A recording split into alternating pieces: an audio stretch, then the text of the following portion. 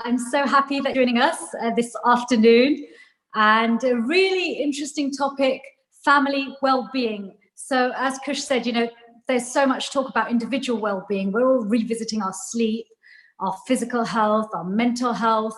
We're trying to manage financial challenges, and perhaps some of us are even struggling with, losing members of our family to COVID. We may also be receiving the blessings of inviting new members of our family, or new members to our family through COVID. But, families come in all shapes and sizes. And if you're joining us today, then you are clearly interested in finding out how we can impact and influence the wellness, the state of our family, not just now, but what I hope to share with you will help you even when we come out of the other side, when lockdown's over, when the COVID situation is behind us. Because even after COVID, we will all still be part of families. So, as I said, our families come in all different types of shapes and sizes. They change through time. We were all part of a certain type of family structure when we were growing up, and perhaps our family structure looks a little bit different to what we were used to growing up. But family has such a huge, important impact. I think we forget the effect our little microcosm, little micro community at home has on the rest of society. Families are literally the microcosm of microcosm and building blocks of society in general. And within each family, every relationship is a microcosm or building block for that family, however many people are in your household or in your extended household. So why is it? What is the huge impact, and why is it so significant? Because wherever we go, whatever we do, we take our home with us. That's the people who are at home with us, the patterns we've picked up at home, the stresses, or even the rejuvenation we get at home goes with us everywhere we go, whether we're studying, whether we are working, it doesn't matter. Whether even we're trying to go for a break, we carry it with us, what we were brought up with and what we have currently going on in our families. So don't underestimate the power of your family, the power of you as an individual in impacting your family, but also the effect your family has on your local community and the effect that that community has on society. Because, everything and everyone is a product of all of these things. Just as our parents did for us, we also do for our children.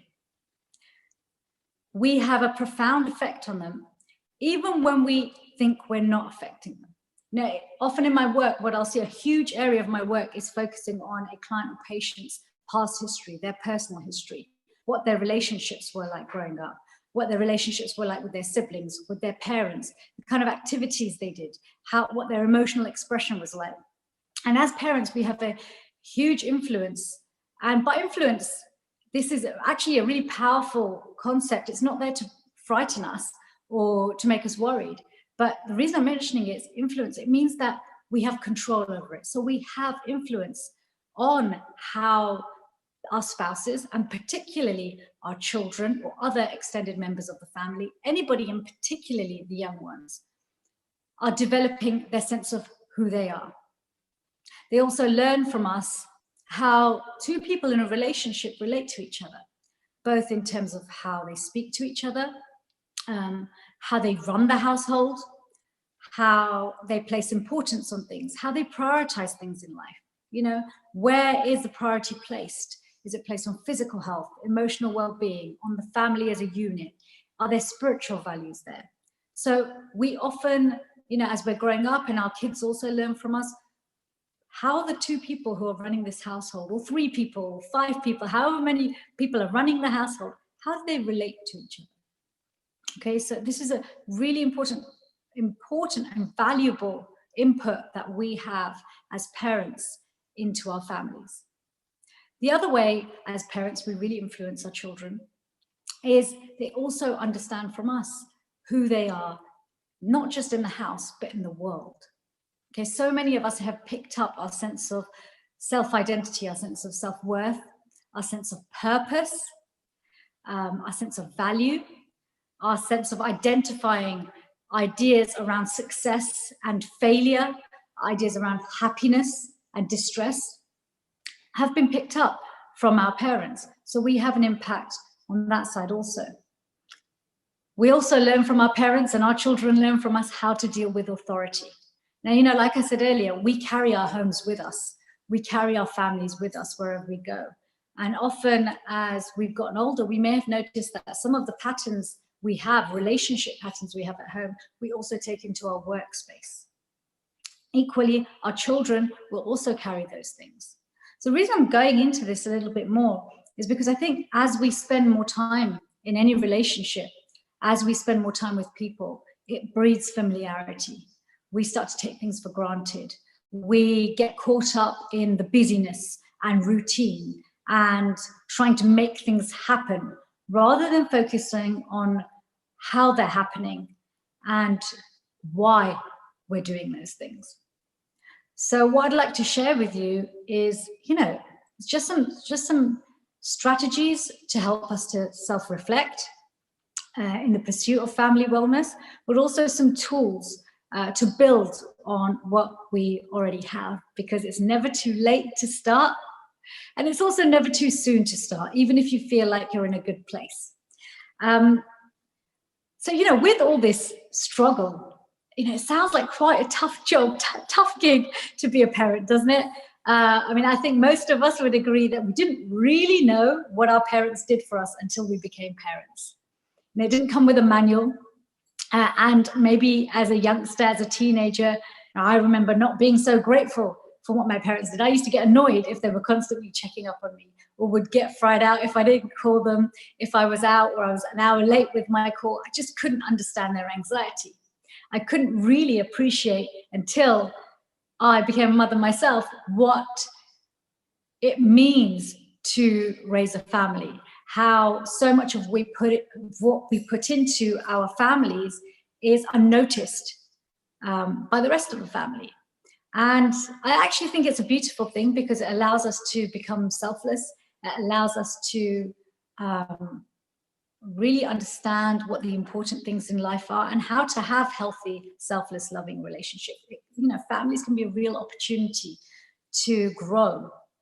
So why do we keep, you know, this cycle of family going, knowing that actually we have such a profound impact on the future of another person and the future of society? Because we like to share our lives with others. And what we know about the best relationships and the best teams is that they have a shared purpose, but also have shared experiences that nourish that purpose.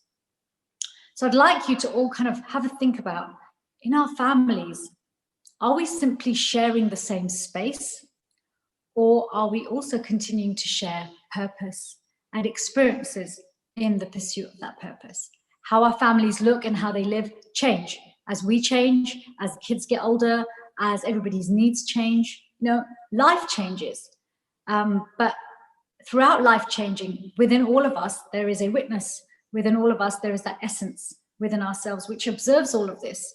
And we often forget that side of ourselves. And that's the place from which ultimately our purpose comes from. And ultimately, that's where we rejoice, take joy, and actually connect to each other from through this human wireless network. You know, we have a deep, deep connection, an unsaid connection, which is strengthened by shared purpose and shared experiences. So I'd like you to reflect on something. Just take a couple of moments. And one of the good and best places to start in terms of looking at wellness in any state, and particularly with family wellness now, is why did you start a family in the first place? Just think back. For you as an individual, if you want to do this exercise with your spouse, do so. Otherwise, as an individual, why did you start a family? What made you decide to start a family? What was your purpose? What were you hoping it would fulfill in your life? And if you have a pen and paper, these exercises will be more powerful because as you write things down, more and more things will unlock and more things will be revealed to you. So just reflect for a few moments on why you started a family. And as you're reflecting on why you started a family, from when you started to now, maybe months have passed, maybe years have passed, does that purpose still hold true? Is it something that your partner and your children are aware of? Is it something you're still aware of and connecting with? And is it still the same? And if it's something different, what keeps you going? What's the purpose of the family now? Perhaps you've had deeper realizations and understanding about the purpose of family now. Perhaps your reasons for starting were different to your reasons now. So reflect on those. Jot down just 2 or 3 things for your purpose for having a family and why family wellness is important to you, because it is important to you, otherwise you wouldn't be on this, joining us for this session. So you have an invested interest. There is some reason that you would like to look at the wellness of your family. And try not to come at this from a position of, I'm trying to fix a problem. Because yes, we can approach a lot of things as a problem-solving exercise, and wellness can also be a problem-solving exercise, but that's not the optimum way to approach it. I often say to my patients that, health is not just the absence of disease. Wellness is not just the absence of problems. Okay, there is an optimum. So even when there aren't problems apparent or health issues apparent, or there doesn't seem to be any dysfunction apparent, are we making the most of what we have? So if you've taken a few moments to reflect on that, I want you to now go back a little earlier to your past. We all have a baseline from which we're going to be starting these suggestions from that I'm going to make today, okay, in different areas of our life. The wellness of your family may be struggling because of health reasons, financial reasons. Perhaps you've got teenagers who are changing and it used to be so easy to communicate with them and now it's become difficult and you're tearing your hair out wondering, my gosh, when did parenting become so difficult? It could be a number of reasons you've come to this. But what I'd like you to do is think back, because we all start from a different place in different areas. We've all got, and I'd like all of us to kind of be on the same page in terms of, for yourself, identify where you're coming from. And perhaps this next question will help you with that. Because there are some things you all do as parents which you do well without thinking twice about it. And there are some things you struggle with no matter how much you come back to it. Okay, so this is now dig into your past a little bit. Think about your own childhood, okay, and relate it to how you run your household now, how you engage with your family now. I would like you to identify one really positive experience from or habit that has shaped you and shaped the way you parent or run your family, or something you bring, you as an individual, even if you're doing this exercise with your spouse, you as an individual bring to your family from your own experience of being raised, that makes a positive contribution to the family environment and to your family's wellness. Just one thing. It could be anything. It could be that you were raised with a strong routine. It could be that you were raised with politeness. It could be that you have a really powerful experience of having fun times with your parents. Whatever it is, perhaps you have deep spiritual experiences from your childhood, which you now have brought into your family. You find it easy to bring in, that you are the spiritual bedrock for your family. So whatever it is, identify something positive from your early experiences, which you contribute to your family in a positive way right now. It should come quite easily. Okay, and the next one is also, let's identify a vulnerability, something that perhaps you didn't get enough of or received in a way which wasn't helpful, which you bring into your family also, which you've noticed perhaps isn't so good for the wellness of the family. And it could be the inverse of what I've just mentioned. It could be perhaps the way you communicated when you were growing up. Perhaps there were some unhealthy patterns with that. Identify that unhealthy pattern that you automatically find yourself bringing into your household. I mean, if I share one of mine is, you know, I don't know if this is an Indian household thing, but growing up, we had a habit of our parents would always call us from the other side of the house, rather than coming into the room and speaking to us directly, unless it was to get told off.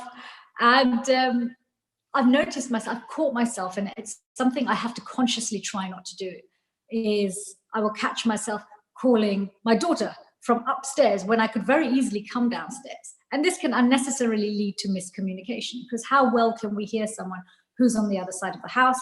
And we also have to raise our voice. So it could even be something simple like that. You know, if I look at something positive, is my parents and I always, especially with my mum, I could talk to my mum about anything. And so it's also very easy for me to talk to my daughter about anything. So have a look at it this way. So one thing that you bring in that's positive has a positive impact on your family. It comes easy to you, and something that you struggle with. Now, I was talking about family wellness and how families are like teams, microcosms, like a base unit for society, and individual relationships within a family are the base unit for each family. And so far, it's probably felt a little bit like, my gosh, as a parent, I've got so much impact on my child. And, I know as a parent, we beat ourselves up with so much guilt, almost having a lot of knowledge about how everything we do has an impact on the children that we're raising, can make us a little nervous about parenting, can push us into beating ourselves up about every little thing we do. And especially with modern parenting, we can find ourselves almost second guessing ourselves and overthinking things so much that we swing between being excessively lenient and excessively boundaried, right? But I think one thing that's reassuring is when we talk about this team, this family team, however big or small your team is, it's a team. That means our kids also have an impact on us, right? We have this idea of collective consciousness or collective attitude. What is the collective attitude of the household? It's not just you as parents who have an impact on that. Kids also have an impact on that. And healthy kids, healthy families, well families, children are consciously aware of the impact they have on the rest of the family. Okay, we just have to go outside to notice that when we are, even if we're not speaking to anybody, we can pick up on the subtle fear and anxiety that society has with everything that's going on with COVID, especially if you're in a densely populated area, for example, in one of the cities, or around the world anyway, if you're tuning in from across the globe. So we have sensitivity to this collective atmosphere, collective consciousness. The same goes for a household. If I asked you to describe your household growing up, the atmosphere in your household growing up in one word, you probably could sum it up. Some people have described their household as, at times, it was just very sad. Other times it was very happy and joyful and nourishing. So, that collective consciousness in the house is not just driven by parents. The children have an impact on that too. In fact, every person who lives in that household has an impact, whether you have extended family living with you, whether you have tenants. So there's a collective consciousness in the household. But when children have some awareness that that they have an impact on the family, and they know they have an impact on the family, then it actually takes a lot of the burden off us and makes it easier for us to focus on family wellness. So I'd like to share a tool now. Enough with the questions. Those questions are kind of starter questions to get you warmed up, to kind of identify where it is you would like to, focus on your family wellness, and perhaps some areas that work well and don't work well for you. So a tool I'd like to share with you is something that is used a lot in the workplace and also used a lot in therapy. We use this when families are struggling to communicate. But actually, a lot of the tools that are used in the workplace and are used in therapy actually work really well, even when we're in a state of wellness or things haven't quite got to the point where you need objective support. And what I'm suggesting here is actually that we're introducing the concept of family meetings. Now, this isn't to introduce a concept of a very business-like approach or something which is regimented and people feel is an austerity to do.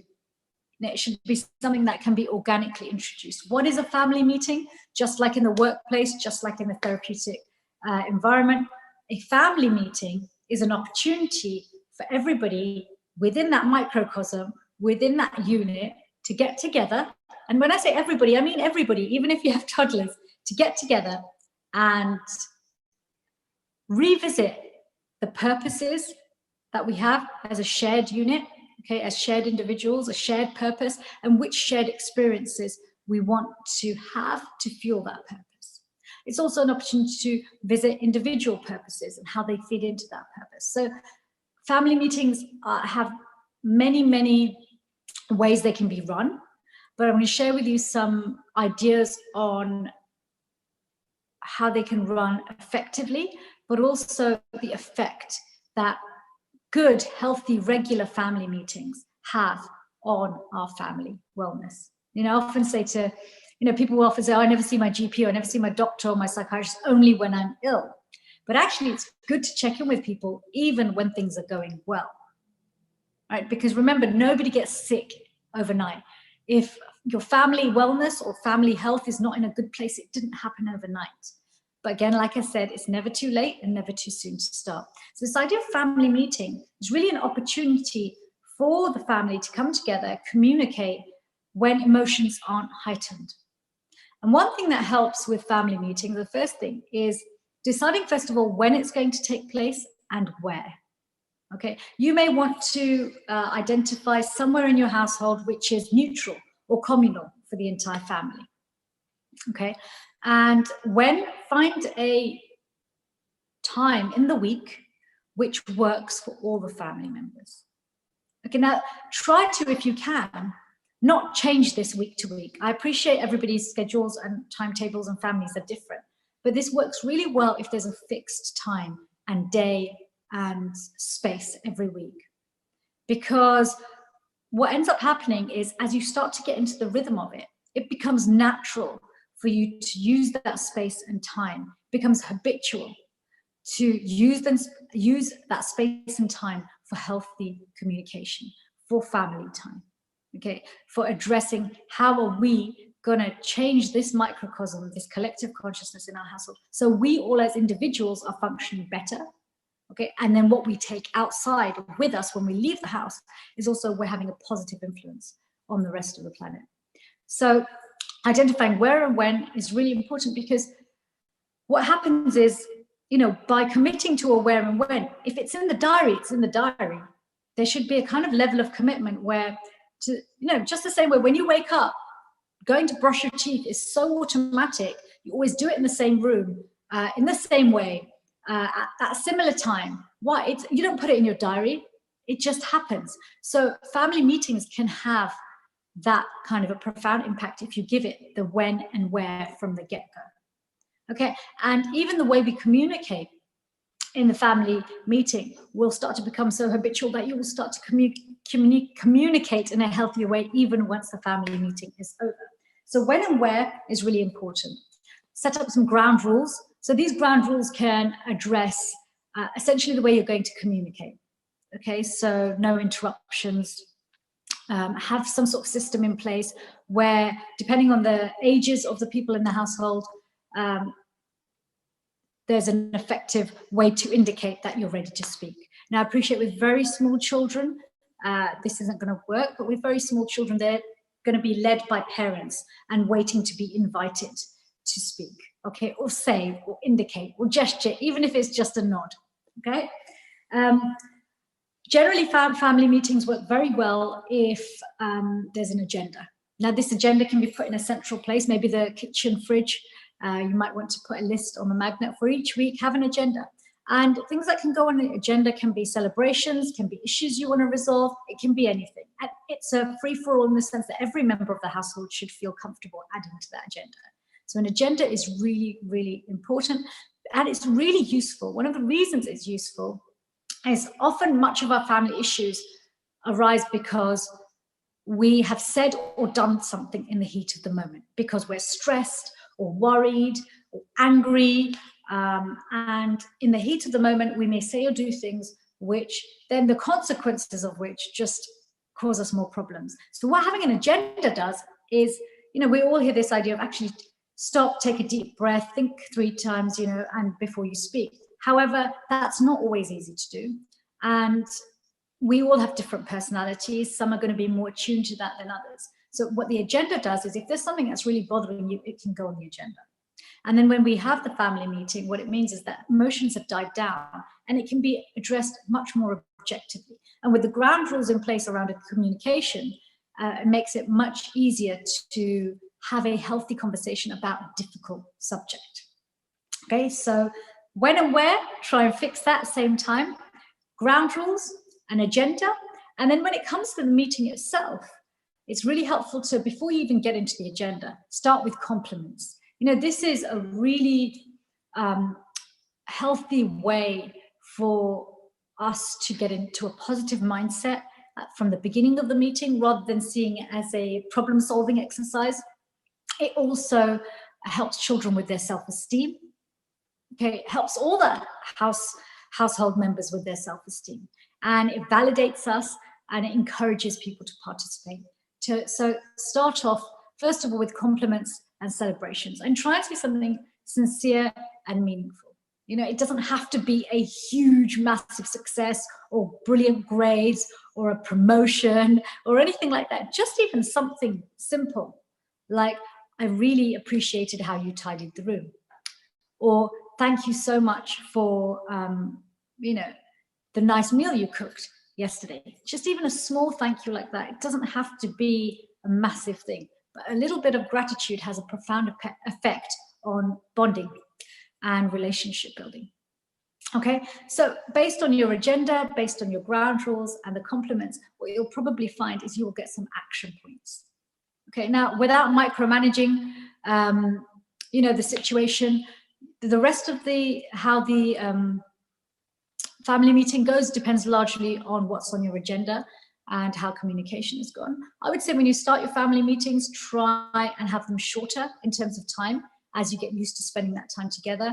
And one other thing which works really well, again, you might recognize this from work, is have an activity. At the end of the family meeting, have an activity which is considered part of the family meeting, which is fun. It doesn't have to be, again, a long time. It just breaks the tension, the ice, and also creates strong, firm relationships. So family meetings are really good for us. They're really good for the children. They teach the kids how to communicate, teaches the kids positive psychology, develops their self-esteem, helps them to grow up into even teenagers who know how to speak to their parents, and also helps us as parents to trust our children because our children are open with us. Also helps us to have less anxiety about where the family is at, what everybody's doing, and it can have a profound impact on our relationship with our partners. So there's been quite a lot there, and I'm ready for your questions when you are. I think, Kush, you're going to communicate questions from YouTube to me. Hey, thank you so much, Chetna. You're very welcome. I'm a parent. I've got a 5-year-old, so I was making notes. Thank you so much. It's a few questions that have come in from some of the people listening, so we'll crack on with it. Sure. So the first one, Chetna, is parenting doesn't come with a manual, quoting Dr. Kang herself. So why don't we just be natural and learn on the job? Is there any harm with this conscious, unconscious modeling? To be honest, most of us do learn a lot of things on the job, but I was speaking earlier about our past impressions, how we were raised. And, our mind has got, we only are aware of about 10% of what's going on in our mind. Okay, what's going on for us internally. A lot of what we've experienced in the past is sitting in our subconscious and unconscious, especially our earlier experiences, especially our early life experiences. So this is why I was doing the exercise about think about something that you find you do automatically that's positive for your family, and something that you struggle with to do with your family. It's likely that you probably had an early life experience which set that up. So I guess the vulnerability with the see how it goes and just be natural is that we've all got such a mixed bag of early life experiences of childhoods that if we just rely on that, we don't know what our mind's going to spew up, at any one moment. It might spew up something which is really helpful. It might spew up something which is really unhelpful. So actually, being more conscious about our parenting, it allows us and it empowers us to build on the strengths we have, but to transform any gaps that might be there. It's if I look at the way I parent, a lot of the way I parent came from my mum and from my dad. It just did.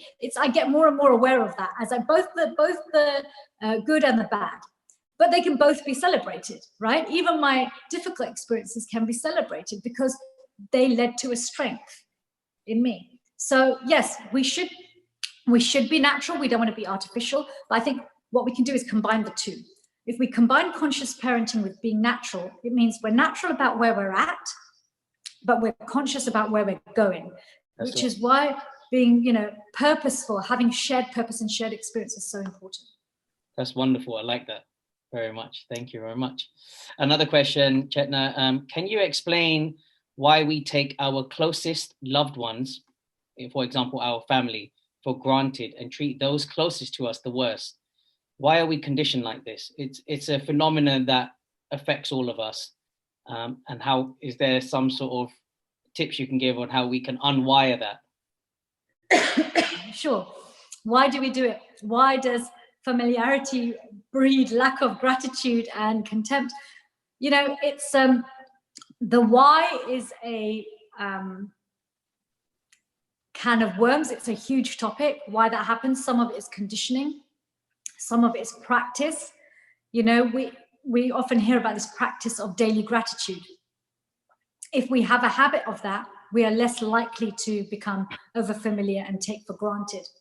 But I think one of the dangers of when we become overfamiliar or take people for granted is that the same social etiquette that we have with others, we get taken someone for granted, or being overfamiliar means we kind of lose respect for them. But when we're outside, we seem to have respect for other people. Sometimes that respect is genuine, that we actually hold them in high regard. Sometimes that respect is generated by we're looking to see what we can get out of the situation. We don't want to lose a job or be seen to be a bad person or an unkind person. So we're more respectful. We want to give our best face. At home, our families love us, right? They tolerate us. They love us despite our faults. Isn't that what we all look for in our family? The person you've married, the person you've decided to share your life with, is the person that you hope and you chose because they saw you. They saw your flaws, they saw your beauty, and they accepted all of you, right? But what ends up happening is, especially in the microcosm of a family, is when we don't have this revisiting of respect and appreciation for each other. This is where I'm not going to have any social etiquette here, any respect here. Whatever comes out of my mouth and in my mind, I'm just going to spew it out because they're going to tolerate it anyway. Okay, sometimes though, we also take out the worst side of us on our family members because perhaps we're angry at them. I know good relationships, and this is across the board, whether it's conjugal, friendships, spiritual relationships, work relationships, need regular forgiveness. Okay, because forgiveness is really about, combining the power of compassion and understanding, but with the bravery, humility, and actually positive, loving action to see that the right thing is done. Could you just say that mantra again? So forgiveness is about bringing together humility and compassion and understanding for where the other person is coming from, but also having and being brave and humble with loving determination to see that the right action is also, happening. Because forgiveness isn't just about making the peace. Forgiveness is about, really letting go of this idea that I'm waiting to see you punished. Isn't it in our households, we sometimes just say things to aggravate the other person? Yeah. Right? Looking for a reaction. When we're looking for a reaction, often it means I'm looking for a connection with you. right? Don't we see that in our kids? Sometimes when our kids are being brattish, actually what they're looking for is a connection, and maybe they're getting used to that. The only time I seem to get a reaction from my parent is when I'm acting out. Right? So there's a lot, it's complex, there's a lot of things here, but regular practice of forgiveness really helps daily, on a daily basis, letting go of the small stuff, but at the same time taking action to address it, allows us to have a healthy, open, communicative relationship with each other, where we are able to communicate our hurts and our expectations, but at the same time, be able to do that in a way which doesn't offend the other person and also doesn't hurt us, because we're expecting the other person to read our mind. Yeah, exactly. Because we just take them for granted. Yeah. So thank you very much. I love that formula there. I'm going to post it on my wall. I seem to have lost you. No, there you are. Okay. I'm here. Someone's asked a very nice question. How can I give all my love to my family without feeling exhausted? Where's your love coming from? Okay, love is not just an emotional feeling. Love is also action. Love is also a mindset. Love can sometimes be tough. Okay, love means putting the other person first. But where are we getting our nourishment from? Because that nourishment needs to be consistent, and it needs to run deeper than just external adjustments. It needs to run deeper than just satisfying activities and thoughts. You know, I think one of the things we have at Avanti School Trust is kind of really looking at people as a whole person, body, mind, essence. You know, so where's our essence being nourished? You know, we are by nature loving and loved. We are by nature embodiments of compassion and tolerance and forgiveness. But are we nourishing that in ourselves? And how are we doing that? You know, this is where people's, you know, where our own activities really can have a profound effect on not just shifting our consciousness, but the people around us. So it is impossible for us to not be exhausted when loving others if we're not topping up our own reservoirs of love. So that means being connected to the reservoir of love, to the universal pool. Is this tying with the word compassion fatigue? Yes, compassion fatigue, yeah. Compassion, but the thing is, you know, love, compassion, kindness, there is a physiological element to that. There is a social element to those things. There is a emotional element to those things. There's a psychological element and aspect to those things, but there's also spiritual. You know, when I say we are the embodiment of these things, that means it comes from deep within us. But are we nourishing that side of us? And is it balanced? Because sometimes we can rush to nourish the essence and then neglect the other relationships in our life, right? And the other aspects of wellness and staying happy and healthy.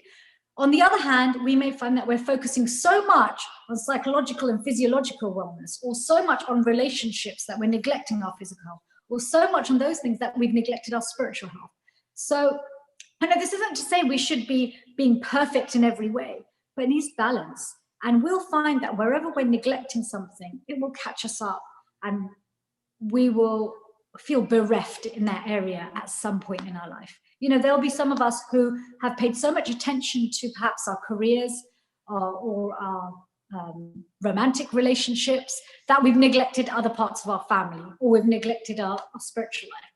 That will come back at some point. Others, we've put a lot into our spiritual practices, and maybe we've neglected our personal relationships, maybe our friendships, maybe our children. And then that comes back to, so you know, this is like, I sometimes think of life as cooking in a kitchen. An expert cook has many dishes across their hob, right? But they're very careful to kind of time things and do things in such a way that, you know, at any given point, while you're cooking your meal, some things just need to simmer, right? Because you've already done the legwork there. Other things need to be brought to the front hob and need spices added, need a bit of stirring. So we should look at ourselves and our life like this as a 360-degree approach. Great, thank you very much. That's a brilliant answer. We have another question from YouTube. How do we reduce our expectations from our kids, especially regarding grades and educational outcomes? Understand your child as an individual. That's so important. They will appreciate you for it later. You know, I think I've had many people say that they had a bad relationship with their parents when they were growing up, and it's better as they got older.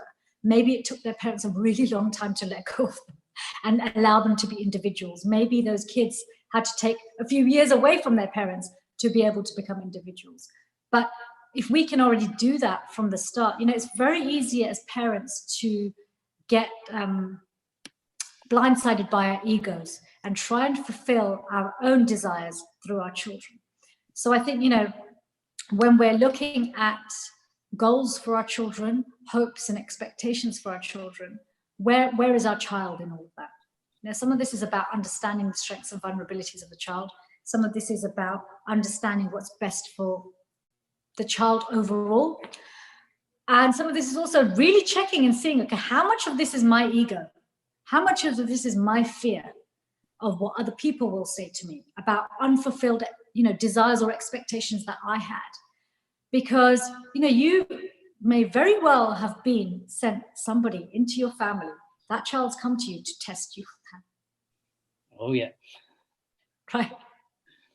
So everything happens for a reason, but everything happens for us, for us to grow, be better, be happy, feel loved, be connected. Brilliant. I mean, if only it's a practice to think that way, to think that we have to learn a lesson and it's for our benefit, and not that this rascal or this monkey is tearing us down. It's trying to just give me a hard time, right? No, but this is the way reading is so important.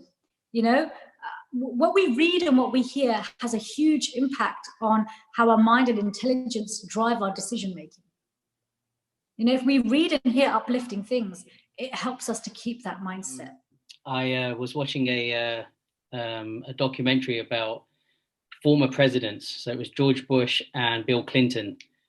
And the interviewer asked both of them, what does it take to become a president? And they gave their answers in terms of qualities, humility, compassion, etc. Then he asked Bill Clinton. He said, you were a leader in your youth, at school, college, university, state level government, and then you became the prime minister. What is it that allowed you to be successful through the whole journey? He said, communication. He said, in his day, there was no TV, no phones. So he had to just live his whole life. If a human being was there, you talk to them and the conversation goes on and on. Can you give some tips on how we can improve our communication skills at home, where the tendency is to think, okay, I'm no longer on stage, i.e. at work or with friends.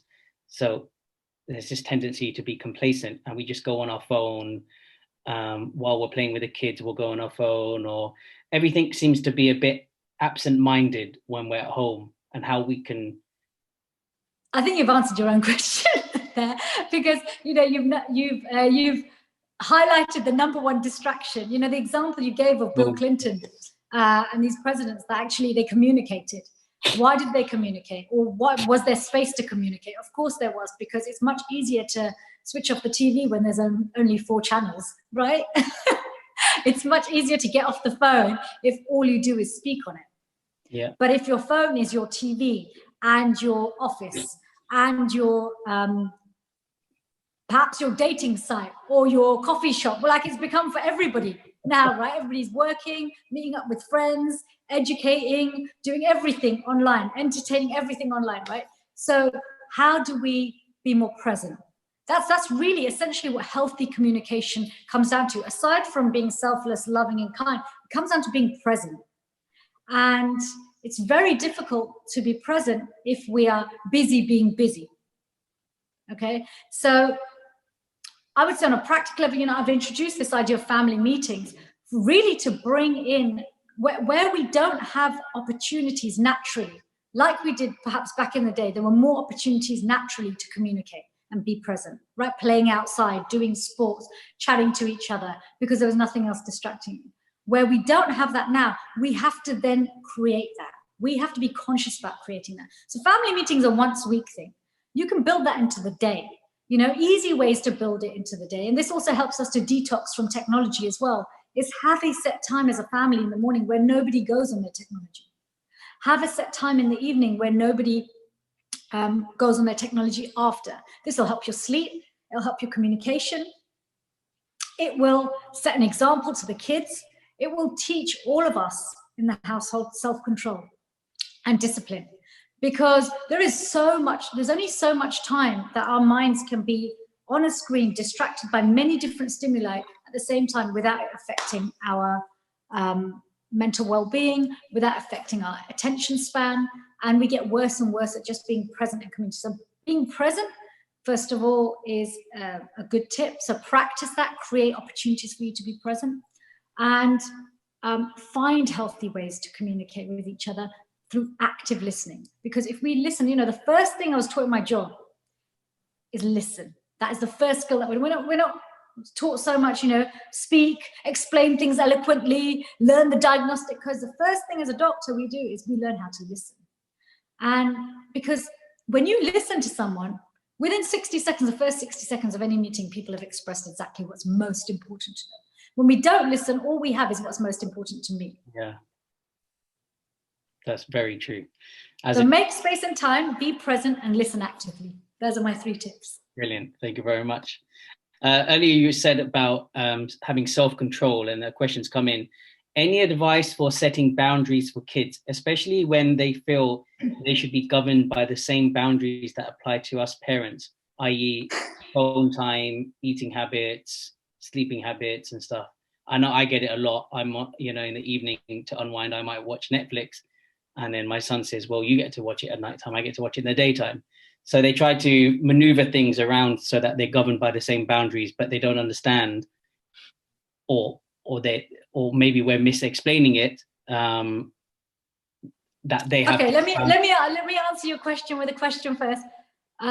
When you're at work, I'm sure you have a boss there or somebody who's senior. I'm sure their boundaries are different. What allows you to respect their boundaries and not expect you to have the same ones? Understanding their authority. And what helps you to understand their authority? Respect.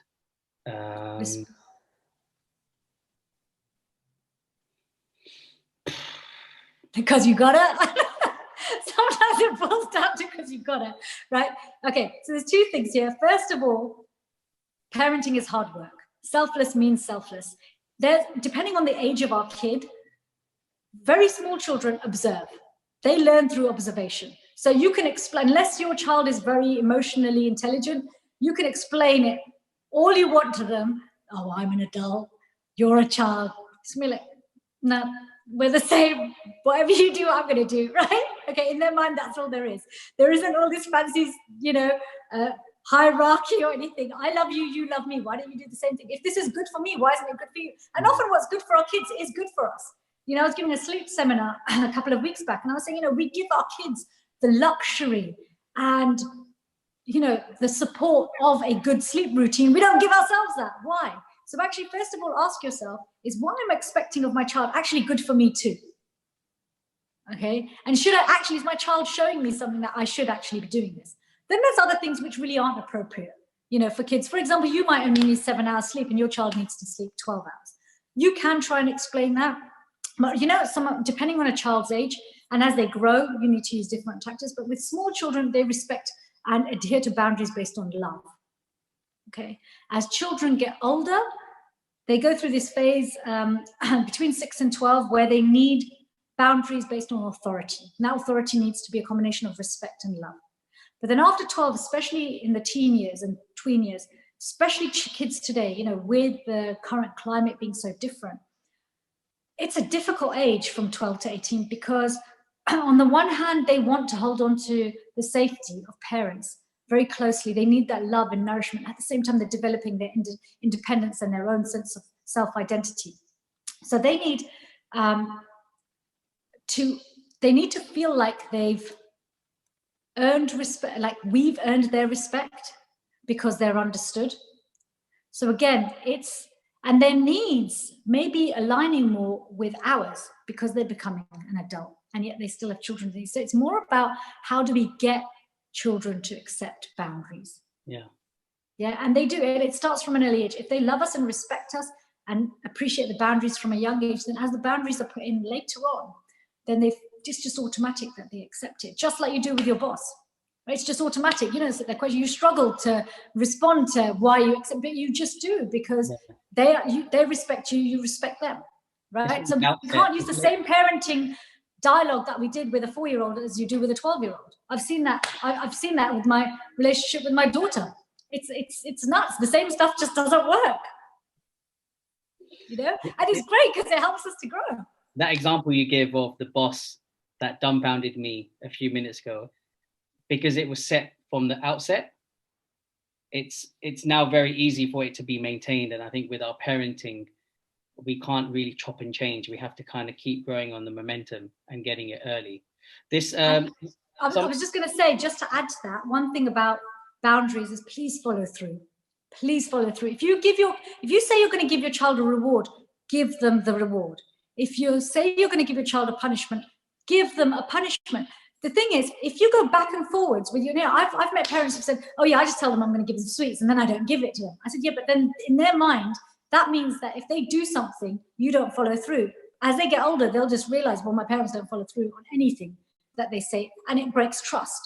But if your child knows that every time my mum says or my dad says that this is the consequence of my action, and the consequence plays out, whether it's a good or negative one, whether it's for growth or whether it's reward, what that develops is trust in other human beings, trust in life, and trust in themselves, and trust in that relationship.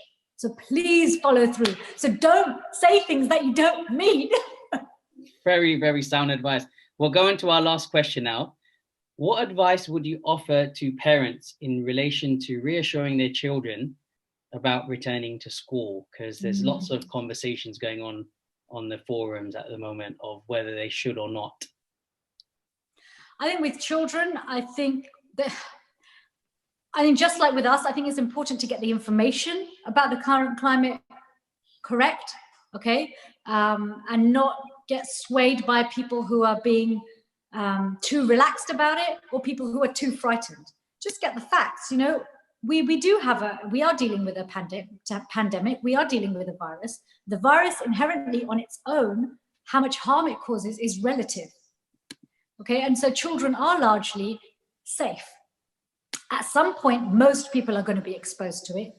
All we're doing as a society, as a community, as a planet, is actually we're working as a team to not just bring things in control and keep an environment where we're able to manage and offer the services that everybody needs, depending on to what degree they are affected by the virus, but also in such a way that actually we can stop and take stock of how things are going to improve in our lives as individuals, as families, and as communities after this.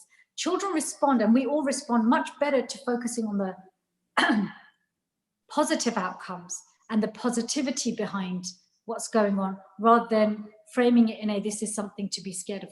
Facts do that. Facts are a really good way of neutralizing a situation, So I would say seek to neutralize with information and then make it a positive. Now, unfortunately and sadly, this is for some families, there are going to be difficulties and challenges, but this is where good communication is really helpful, and family wellness comes into its own, is that the challenges are framed and seen as opportunities, are seen as something which helps us, even if it makes us sad.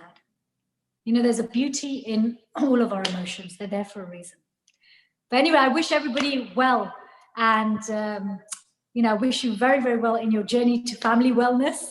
And I hope you all stay safe and happy through the COVID pandemic and beyond. Family wellness goes beyond COVID. It's just a little chapter in our lives, right? It will be behind us soon. Just to let you know, I am doing something with Nightingale Hospital tomorrow, which focuses much more on the mental health side. And that's on my Instagram and Facebook if you want to register for that. But thank you so much for having me, Kush. Thank you very, very much, Chetna. It's been a pleasure.